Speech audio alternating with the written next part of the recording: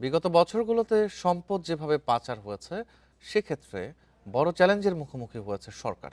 ধ্বংসপ্রাপ্ত অর্থনীতিকে টেনে তোলা সহজ নয় বলেন স্থানীয় সরকার ও পল্লী উন্নয়ন মন্ত্রী মির্জা ফখরুল ইসলাম আলমগীর। শুক্রবার রাজধানীর ল মেরিডিয়ানে পোশাক খাতের শীর্ষস্থানীয় পেশাজীবীদের সংগঠন বাংলাদেশ অ্যাপারেল জেনারেল ম্যানেজার্স অ্যাসোসিয়েশনের বার্ষিক সম্মেলন বাগমা অ্যানুয়াল প্রোগ্রাম 2026 অনুষ্ঠানে এই কথা বলেন তিনি। এ সময় মন্ত্রী আরও বলেন, প্রাইভেট সেক্টরকে অর্থনীতির মূল চালিকা শক্তি করে গড়ে তোলার কথাও বলেন। পাশাপাশি গার্মেন্টস শিল্পের জন্য ব্যাংক ঋণের সুদ কমানোর চেষ্টা চলছে বলেও জানান মন্ত্রী। অনুষ্ঠানের মূল প্রতিপাদ্য ছিল RMG 360 degree challenge and opportunity. অনুষ্ঠানে গার্মেন্টস সেক্টরের বর্তমান চ্যালেঞ্জ ও সমস্যা এবং এর সমাধান নিয়ে আলোচনা করা হয়। এছাড়া বৈশ্বিক অর্থনৈতিক চ্যালেঞ্জ মোকাবেলা করে RMG সেক্টর আরও এগিয়ে নিতে বিভিন্ন পরামর্শ দেন বক্তারা।